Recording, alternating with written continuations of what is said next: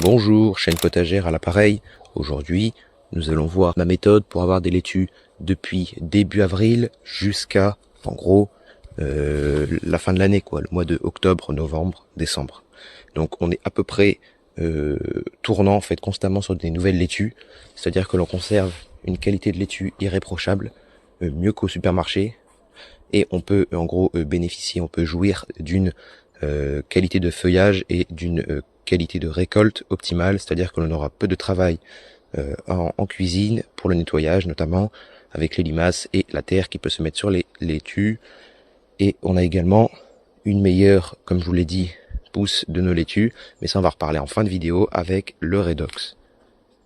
Et pour changer des formats de d'habitude, je réalise cette vidéo en partant de la fin, c'est-à-dire que ça, c'est le résultat que vous aurez après une plantation de laitue. Vous remarquez que les feuillages ne sont pas flétris, et vous remarquez également que on a une ligne plutôt droite. Bon, ça c'est normal, c'est lié à la corde, mais je vais vous faire suivre ça tout au long de la saison, et normalement vous aurez de quoi récolter de la laitue à peu près tout le temps, n'importe quand et dans n'importe quelle condition.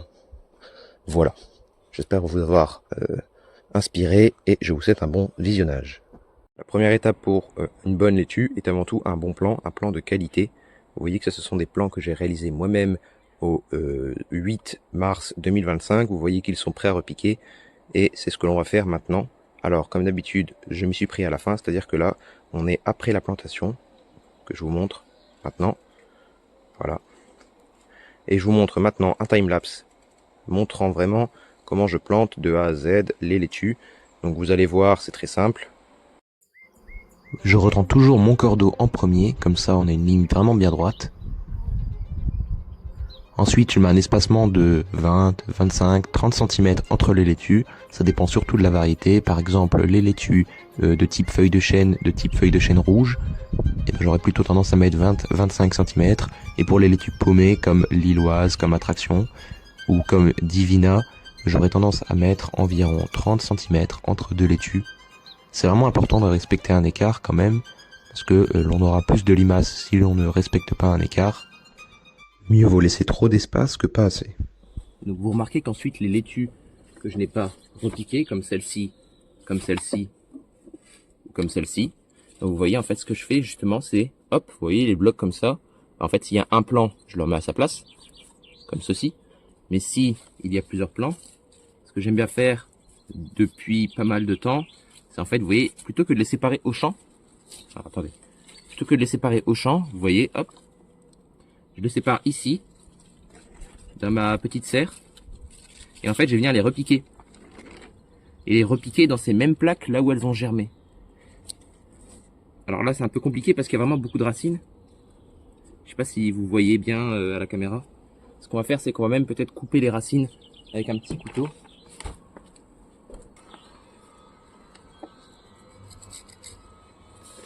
Voilà, ça va peut-être simplifier le travail de séparation. Non, ça n'a pas marché. Vous voyez, là, j'ai perdu une laitue. Ça, ces laitues-là, elles sont...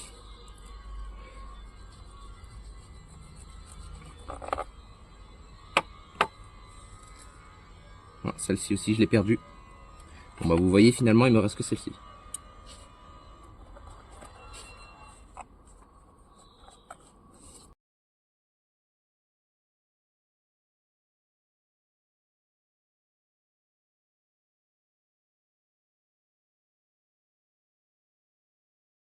Voilà, comme vous pouvez le voir, je viens de repiquer les laitues. Les laitues rouges sont beaucoup plus faciles à repiquer que les laitues vertes.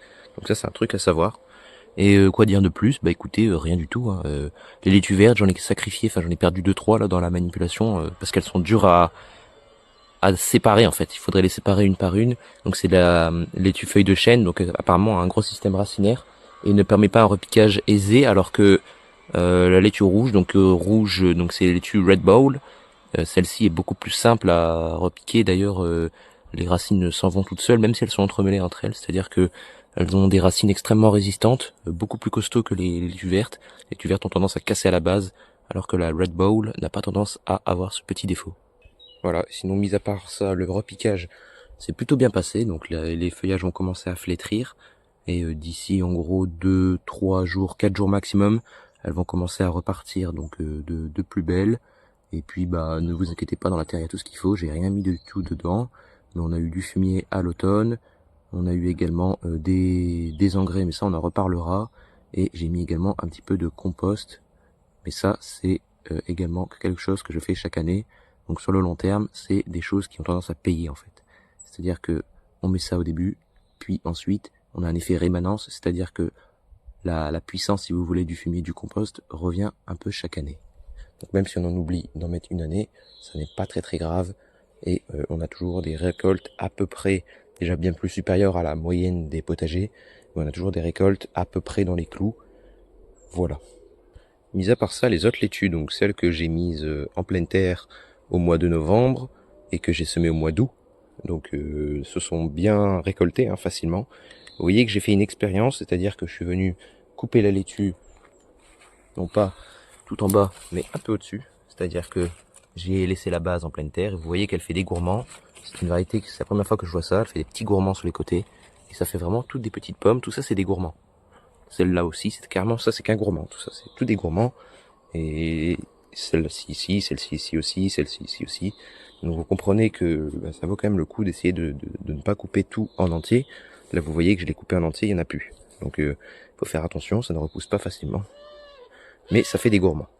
Et ça c'est mon champ où j'ai eu beaucoup de mal en début de saison à pouvoir planter des laitues parce qu'elles ne font que se manger en fait constamment. Elles sont tout le temps dans les zones où il y a beaucoup de limaces et dans les zones où il y a un peu d'ombre. Donc elles sont beaucoup plus sujettes aux ravageurs et aux maladies, mais ça c'est également lié au redox du sol.